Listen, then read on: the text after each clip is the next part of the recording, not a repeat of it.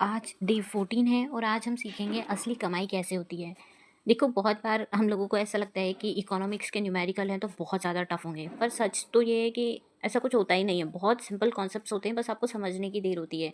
आज हम डेरिवेटिव्स निकालना सीखेंगे और देखेंगे कि किस तरीके से एमआर और एमसी निकाला जाता है। अब जो गोल्डन रूल होता है वो हमको पता है कि marginal revenue equals to marginal cost होता है।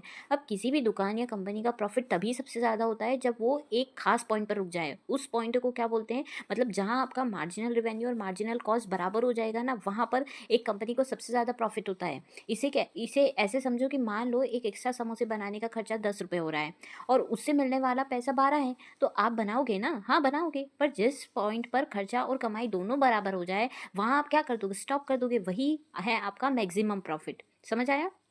देखो, अब एग्जाम में सवाल आता है कि आपको टोटल कॉस्ट दिया होता है और मार्जिनल कॉस्ट निकालना होता है। किस तरीके से निकालते हैं? देखो, ये जो इमेज है इसमें लिखा हुआ है T C equals to 5Q² plus 10Q+5। यहाँ पर इसका एम सी कितना होगा? 10Q+10 कैसे निकाला है ये हमने? देखो, जो 5 है वो तो हमारा फिक्स्ड कॉस्ट है, क्योंकि उसमें और जो 5Q² प्लस 10Q है ना, ये हमारा वेरिएबल कॉस्ट है। ठीक है, अब यहाँ पर वेरिएबल कॉस्ट को हम क्या करते हैं, जो इसकी पावर होती है इसको आगे लाते हैं और फिर मल्टीप्लाई कर देते हैं। कैसे करते हैं? देखो, अब जैसे 5Q² है तो Q की पावर कितनी है? 2 है, तो Q की पावर 2 को हम क्या लाएंगे? 5 से मल्टीप्लाई कर देंगे, तो 5 × 2 कितना हो जाएगा? 10। और Q की पावर पहले 2 थी ना, तो अब हमने क्या करा? पावर को इधर लेके आए, तो अब Q की पावर बच गई क्या? नहीं बच गई, तो Q क्या हो जाएगा? 1 हो जाएगा।